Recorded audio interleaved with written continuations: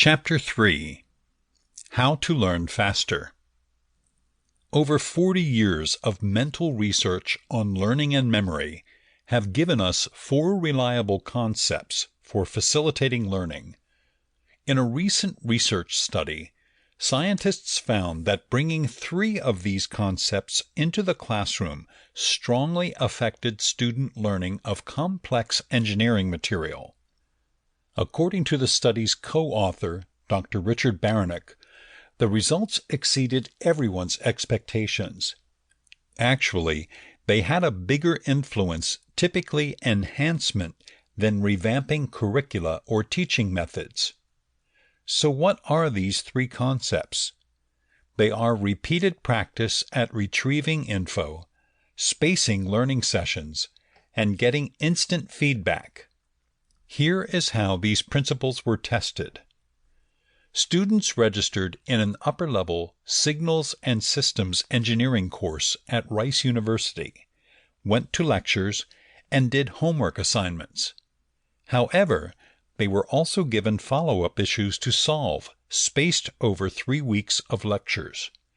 They were given immediate feedback on the follow-up problems. They were required to see the feedback to get credit for the assignment.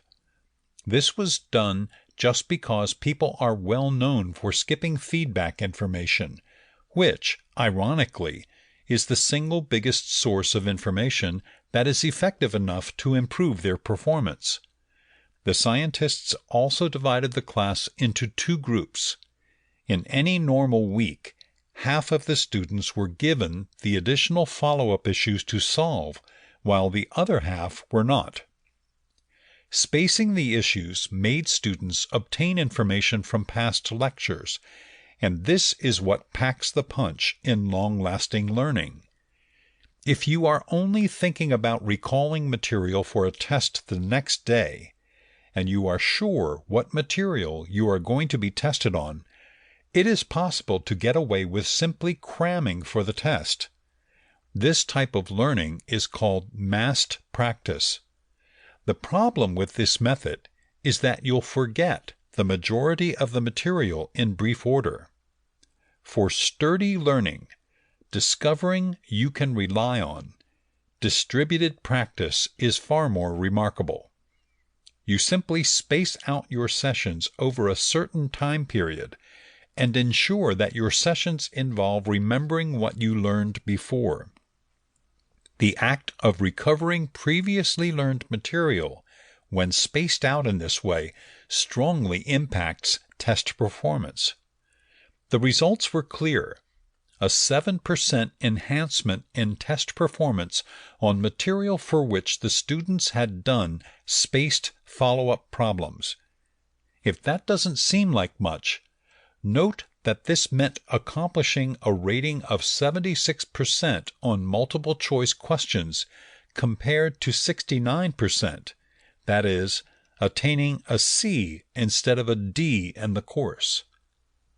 To get the most out of your learning or teaching sessions, add this 4th solidly investigated principle into the mix. The quickest way to learn or teach something new is to show how it is comparable to something you or your students already know.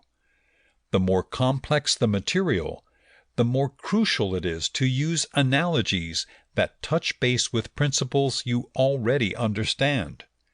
The hitch here is that analogies can be so effective that they can misinform. Remember learning that an atom is like the solar system? The electrons revolve around the nucleus like the world's focus on the sun? What prevents you from inferring that the nucleus is hot like the sun? The answer? Nothing, aside from judicious feedback that tells you which features from the solar system analogy should be imported into your new knowledge of atoms and which should not be imported.